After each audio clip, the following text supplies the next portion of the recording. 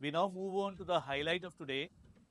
And this is not a medical or a pure professional session. Uh, we are happy and I'm privileged and honored to be able to interview Professor Samira Nandi today on this dais. Professor Nandi, sir, if you could please join me on stage. I hope I'm audible on the back. Yeah. So it's been a complete pleasure. And Dr. Nandi is obviously the most important person in this organization, in this fraternity. So please. Uh, and yesterday, all the guests who came, everyone said that the organization was wonderful, everything was perfect, the cabs were there at the airport, and obviously, the mess up had to happen when the most important person, so Dr. Nandi had to wait at the airport for half an hour because someone went away in his cab saying that he's Dr. Nandi, and the car went away. So he was. So obviously, the goof up happens with the most important person, and that's what happened. So I have already apologized profusely to Dr. Nandi that I'm going to ask questions which are going to be frivolous, which are going to be seem stupid, and some of them are going to be disrespectful, irreverent at times, and I'm going to interrupt him at multiple times so that we cover a lot of areas, and they're completely crazy questions. Please bear with me. Please forgive me, sir, for this. So, yes. Is, the, is it on? Please, someone check the mic. Now? Is this audible? Sir, this one. Now? Audible? Great. Should we start, sir? Yeah. You had an illustrious father who worked in the Indian Medical Service and served in the World War. Your wife, Meeta Nandi, and her sister did some marvelous work in spearheading the Spastic Society of India. Your son, Dr. Surajit Nandi, did his MD from Washington and then PhD, and he trained at Harvard and at the Mass General and in Duke, and has come back to work on artificial intelligence in medicine in India. And your daughter, Karuna Nandi, is on the Forbes and Newsweek list of the most influential women in the world for her work as Supreme Court lawyer who deals with constitutional rights and human rights issues. Constitutional and human rights issues. How does it feel to be an underachiever among all these people? I'm proud to be an underachiever. And I think that it's a good thing to be in a family where people outdo you. And I've always been a little ignored in my family. But it's not, I mean, the credit is not because of me that they've achieved, but I think my mother was a kind of tiger mother, and my wife was another tiger wife. Tiger mom. Okay. You are always obsessively on time, always punctual. Have you ever been late? Yeah, but I think that, I went to a boarding school in Darjeeling. Were you punished for being late ever? Yeah, you're So always you were punished. late. Yeah. You have been late. I was late once, and I was punished for that. And I never come late. Now, I think that people know that in the last sort of 40 years that I've been here, I've been late 3 times. Why, I don't know. I've forgotten. Many people here believe that you're the greatest GI surgeon in India till date. To what extent do you agree with this? I disagree with it completely. I'm a very bad surgeon. On a scale of 1 to 10, on a scale of 1 to 10, how would you rate yourself as a surgeon? 4.5. As a 4.5. teacher? As a teacher? As a teacher, I would give myself 6.5 to 7. A surgical trainer? Surgical trainer, I think I'm better because I'm very interested. How much on 1 I to would 10? I'll give myself 8. As an organizer? Organizer, I'm not very good. I'll be 4. A motivator? Motivator, I think that, interestingly, the people who worked with me have all done much better than I have done. So I must be a good motivator. How much would you rate yourself? 9.5. Wow.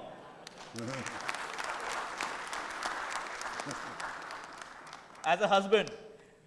As a husband, I'd give myself 2 because I was more interested in my work than my family. Is that a generous score or a? As a? Is that a generous score too? Are you being kind on yourself when you're saying two? Yeah. I remember, I mean, I was a very bad husband. You'll ask me that.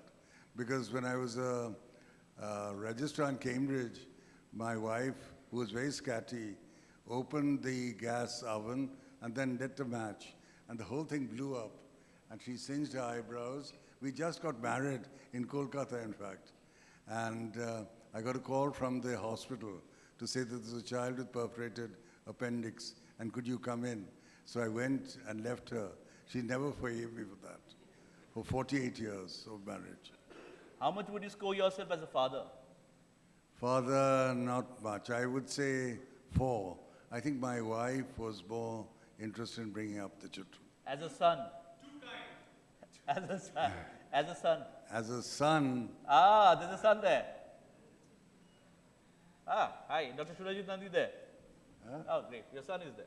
Oh, so Are the has he grandchildren given there me as more well? marks? Yeah, wow. Grandchildren of Dr. Nandi. Hi, from all of us. Yeah. Okay. Who influenced you more, your mother or your father? My mother. Although my mother was from a very, talukdar. We are having a dinner with all the talukdars this evening. And my father had made his way up. But I think my mother wanted me to be anglicized and like a talukdar rather than a Nandi, unfortunately. That's why I hate the talukdars. The Indian Express reported that you were a color-blind, slow, and unsafe surgeon. Is that true? Completely true. I mean, the report was true or the facts were true? I think that the reason that they found I was colorblind was because when I was an undergraduate in Cambridge, I volunteered in some research color project, and they said I was a partial protonope, which 15% of men are, but it doesn't really affect surgery.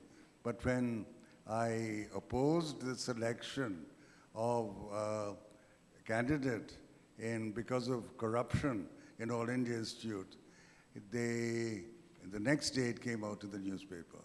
And my friend Arun Shourie wrote a big article in the Indian Express because I thought I'd go back to America because my first year in India.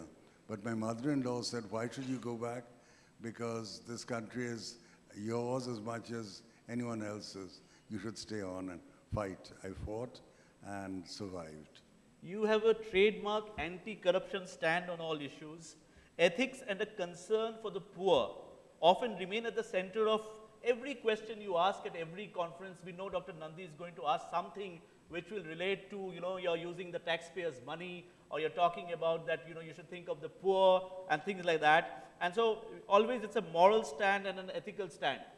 But my sources tell me that you have at least 2 incidents where we might say that you show a contrary behavior. 1, you once advised your father-in-law to bribe a corporation guy. Is that right? It is. I helped him build a house in DLF. And I was in All India Institute, and he rang up and said, they're not going to give a completion certificate unless I pay him 600 rupees. And the next inspection will be in 6 months. What shall I do? So I said, give him the 600 rupees. And I distinctly remember, and he is a very straight person. He used to work for Gilander's Arbuthnot in Calcutta. And but I thought it was justified. A terrible thing. Mrs. Indira Gandhi's close associate, one who was very close to her, actually had some role in your getting a job in AIIMS. Is that correct? It is absolutely correct.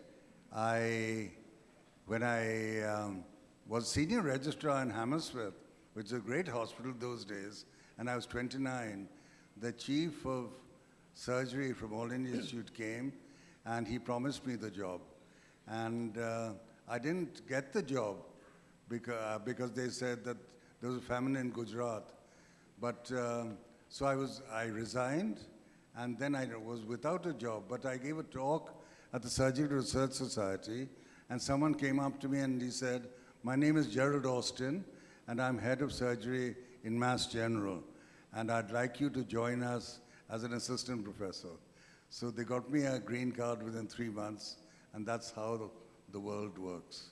But my wife hated America and wanted always to come back to India, and we came back to All India Institute. I'm very pleased we did. Where do you feel you most belong? Where do you feel you are, your heart is? Whether you're from Rangoon, where you were born and brought up, or from Darjeeling, St. Paul's boarding school, where you did your schooling, England, where you did your graduation and subsequent training.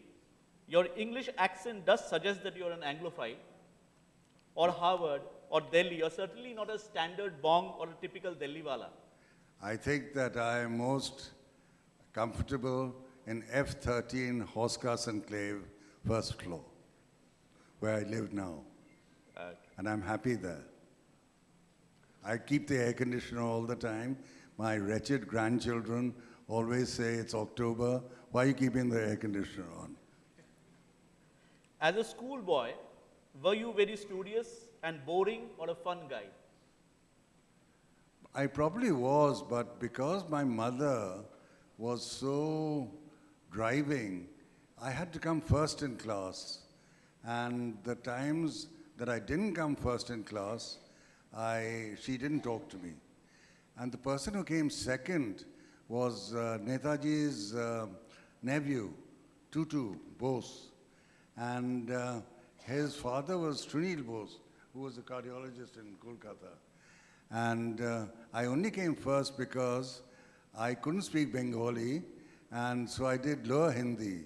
And he, poor chap, did higher Bengali.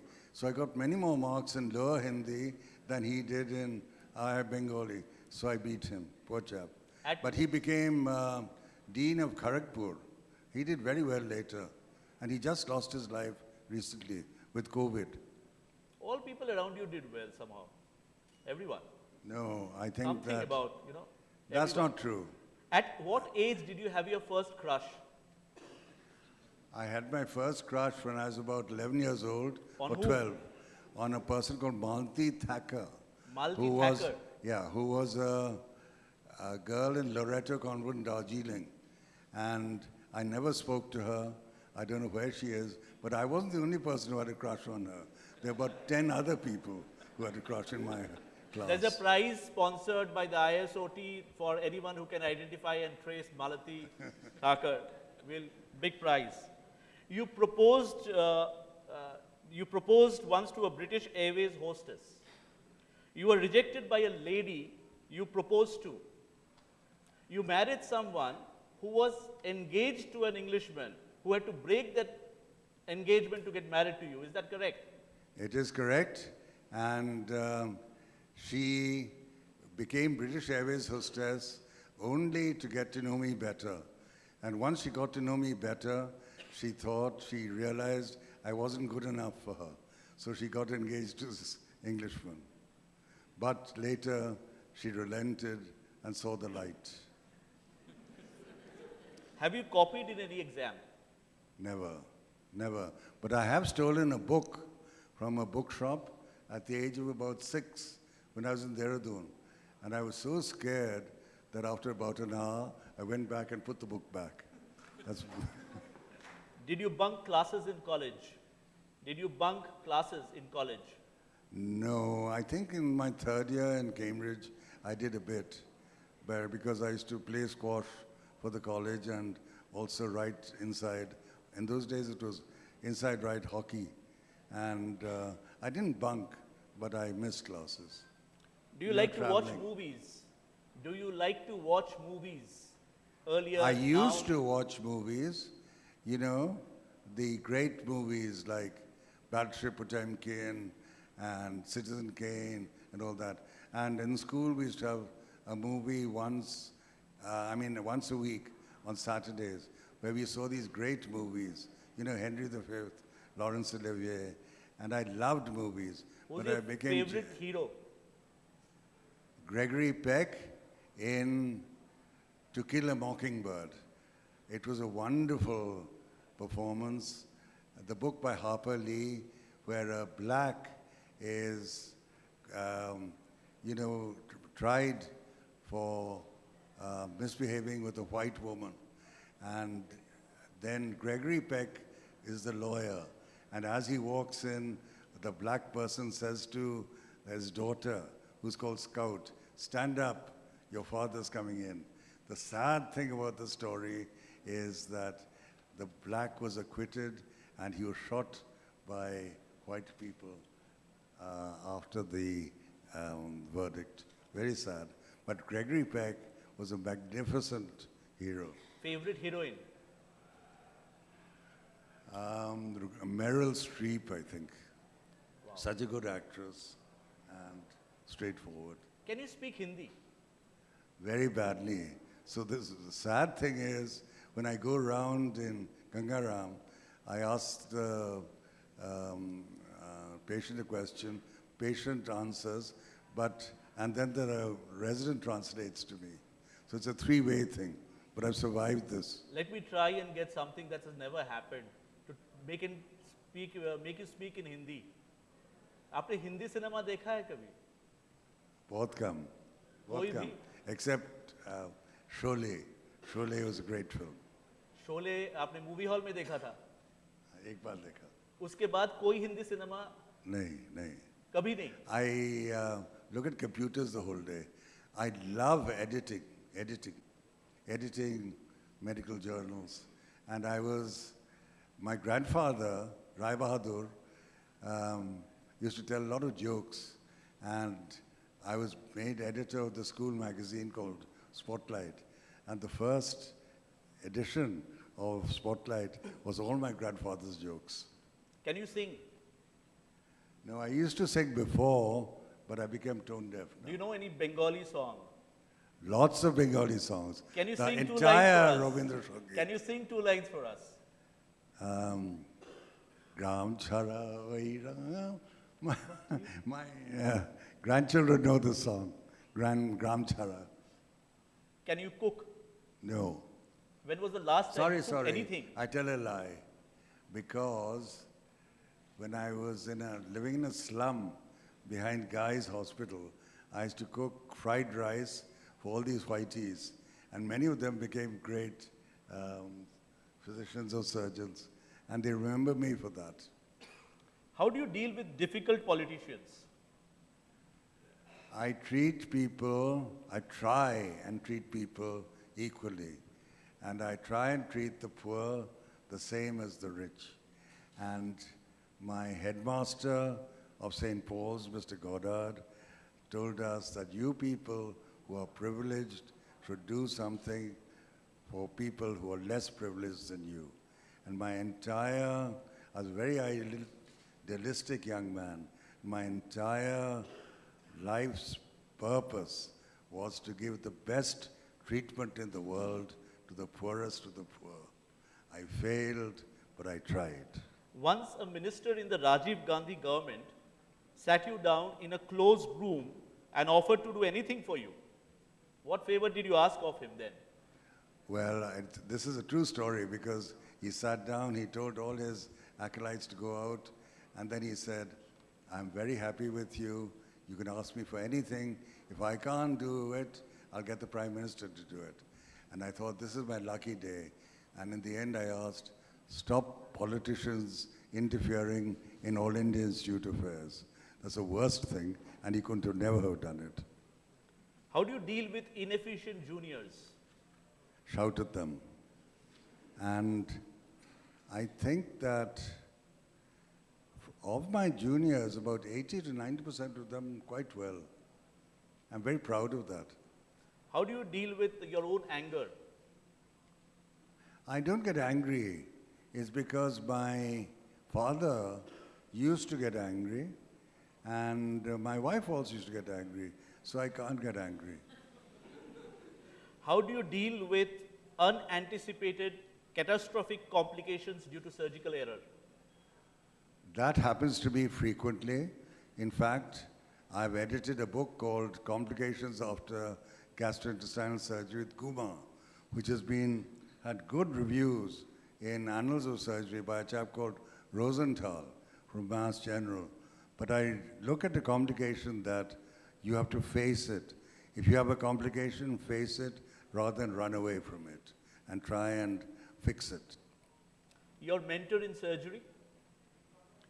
Mentor in surgery, probably Sir Roy Khan, because when I got this coveted job as a registrar to Khan, and we used to go to Babraham Veterinary Hospital and do liver transplant on pigs. And the first liver transplant in Europe was done by Roy Khan, and I was assisting. And huge amount of blood loss, but the patient survived. After that, there was a series of disasters, but he persisted, and liver transplant in Europe and England became a success. Do you have a favorite operation, any operation that you love doing more than the others? I used to love doing the linorenal shunt, and I think I did about 400 to 600 in All India Institute. Now we do only about 20 to 30 a year. And I don't do it anymore. I just mobilize splenic vein because I get bored. And also people younger than me come fresh and do a good anastomosis with a big growth factor. Do you have a favorite surgical quote? Yes, that what is worth doing well. Lord Chesterfield, letter to his son. Favorite pastime? Lying in bed and trying to improve an article written by one of the residents to send for publication. Favorite holiday destination? Very rare to go on holiday. I used to love to go to England, but I went recently for a BMJ. I'm on the BMJ editorial board, but I went recently and I thought that England had changed completely. Very boring. If not a doctor, you would have been a... I've been an editor of a medical journal. If not in Delhi, you would have been in... Delhi, South Delhi. If not in Delhi, any other place you would have liked to settle in? I didn't like school because you're surrounded by mountains all the time, and Darjeeling was a very beautiful place. And we used to go on treks to Sandakphu and Falut and all these places. But now we went to Darjeeling recently. It's too built up. I used to love Darjeeling. I used to hate school, but I loved Darjeeling, the place. Biggest professional regret?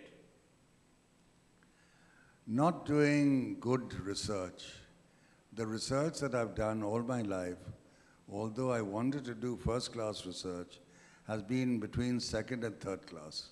Just scraped into journals, but not good research.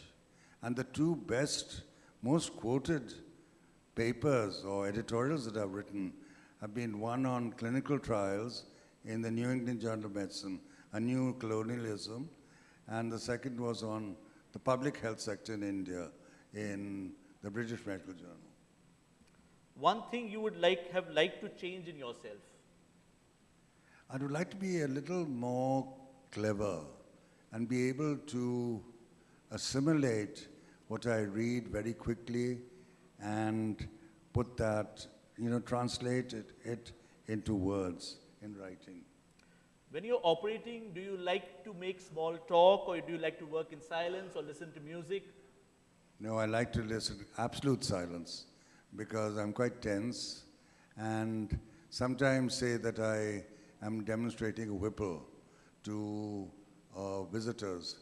Then I do the wretched steps, which I've done, 870 times. But if they ask me a question, I get unnerved. One or two quick lines on your thoughts on corruption among doctors. I think it is shameful that there's much more corruption, I think, in India than there is in the US and UK, which I am familiar with. It's mainly because there's such a great discrepancy between the knowledge of the doctor and the knowledge of the patient. And the doctor in India is in a paternalistic situation, whereas in UK and US, it's much more equal. And of course in US, there's much more litigation. Doctors in politics. I think you could go to politics, but I'm not a great admirer of politicians because I don't think that they are there for their country or their people, but they are there for themselves and their family. Marketing skills for doctors in the private sector. I am surprised and disappointed at the large number of full-page advertisements that come out nearly every day from different hospitals with big pictures of doctors, most of whom you have never heard of, and saying that he's the best cardiovascular surgeon or the best neurologist in the country. And I think it lowers the dignity of the profession by going to the newspaper to sell yourself. You're not a commodity. You're there to provide a service. Clinical research in India. Clinical research in India, I've done a lot of studies on this. And you know that 57% of all the medical schools in India have not published a single paper which is included in Scopus between 2005 and 2014.